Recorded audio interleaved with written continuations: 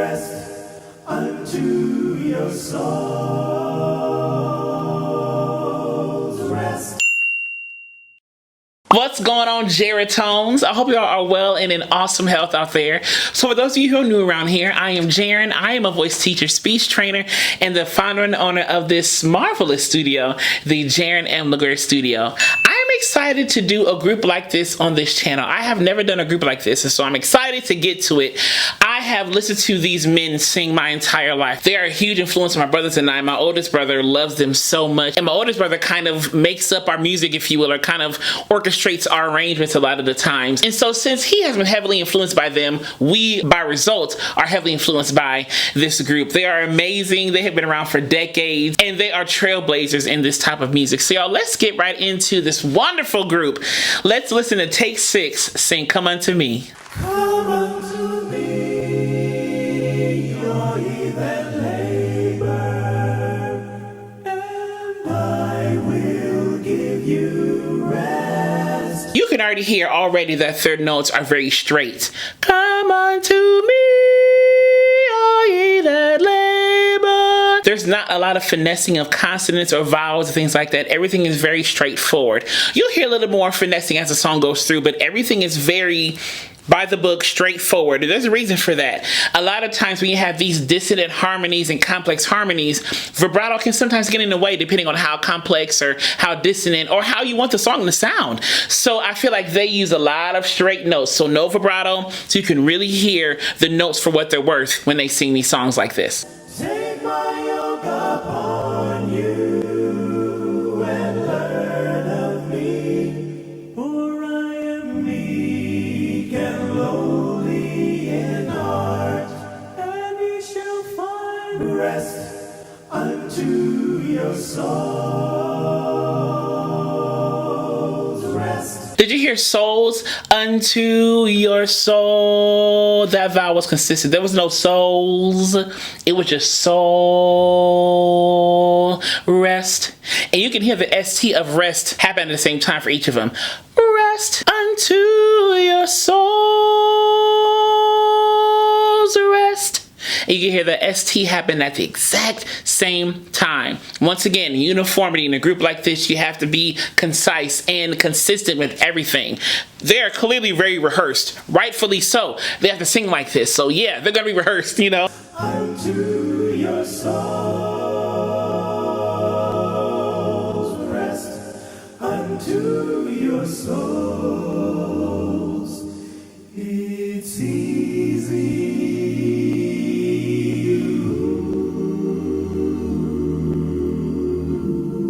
It's so hard to interrupt because I want to hear all the chord progressions before I stop it. But did you hear it's easy? It's easy. So they had a little slide up to easy. So they kind of came off of the E sound or the Y sound, whatever, in the word easy. It's easy and slid into the oo. It's easy. Exaggerated the slide a little bit, but it was there. It's easy. They connected those words. It's easy. Instead of it's easy. Ooh, they connected it. For my burden is light. Now there they had a little vibrato. Is light. And the T was much softer there than rest unto your soul. That T on light right there was much softer.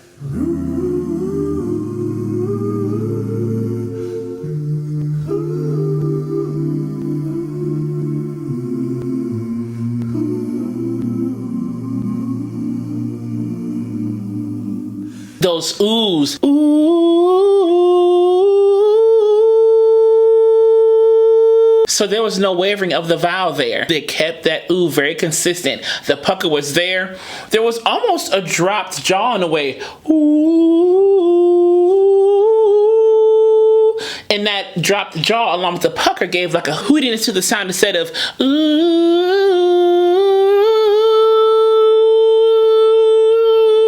You see when I dropped that jaw, there was a little bit more of a hollow sound to the ooh. That's what they're doing there. Come unto me, all ye that labor.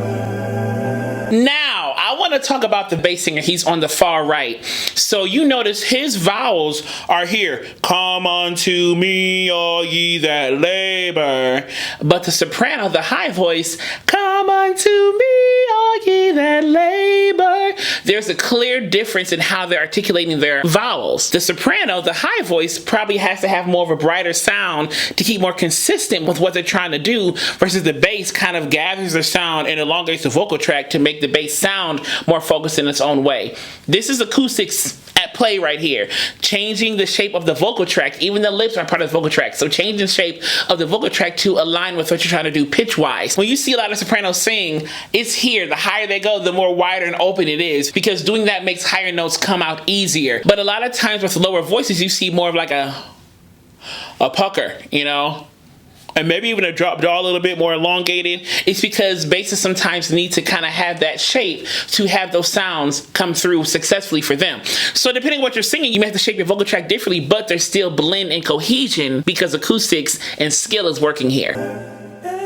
I will give you rest. Take my yoke upon you and learn of me. For I am meek and lowly in heart, and ye shall find rest unto your souls. Rest. One thing I also notice about how they sing, it's almost like they keep their laryngeal space very still. And ye shall find rest unto your soul. So there's not rest unto your soul. There's not a lot of finessing. Again, that type of finessing can get in the way of the clarity of the chordal structures here. So everything is kind of straight, run of the mill, rest unto your soul, rest. And almost like they're holding their breath. Though they're not holding their breath, they're clearly singing, but it almost feels like they're holding their breath the way they kind of take the breaks and come in at the same time. It's almost like they're doing like a vocal fold closure thing when they sing, like almost like a rest unto your soul. Almost like that, but I feel like they're holding and kind of keeping the laryngeal space very still in that way, and I think that helps with clarity. Or maybe not, maybe I'm completely incorrect. I don't know, but I feel like that could help with clarity in many ways, kind of keeping the laryngeal space very still, almost like a mid-larynx, mid-low larynx, where the thyroid cartilage is tilted a little bit forward. Rest unto your soul, rest unto your soul. And the false vocal folds, I think, are pretty retracted. They're pretty open, almost like a yawn. It's easy. Who knows? Something like that is probably happening. Or, like I said, I could be completely incorrect. Unto your soul's rest. Do you see souls? Again, soul. And they're all very still. It wasn't so. And it's almost like the articulation is very still too. Rest unto your soul's rest. The articulation is kind of neutral and mid. There's nothing spread or whatever. Like I said, the soprano and bass, and all of this is within reason because they're still doing things to make sure they have their part heard clearly. So of course they're kind of changing things, and like I said, spread vowel, long vowel, soprano and bass, whatever. But generally everything is very here. They're not doing a lot of this together as a unit. Everything is very here. Unto your souls, it's easy.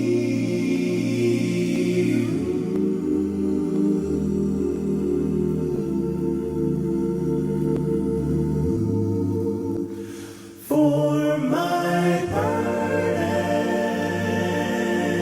is light. It's easy.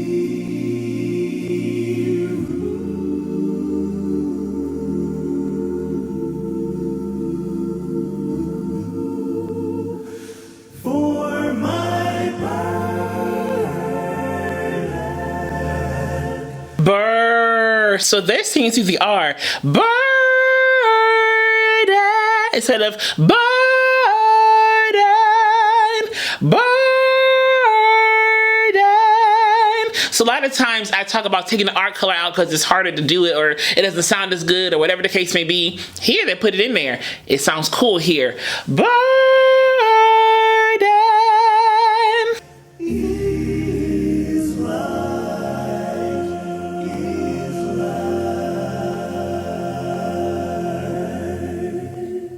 If you enjoyed this analysis, click subscribe down below and click the alert button next to it so you know when the next video is posted. And as I will always say to you, Jerrytones, be vocally bold, creative, and aware, but most of all, be vocally you. All right, Jerrytones, I will see y'all soon.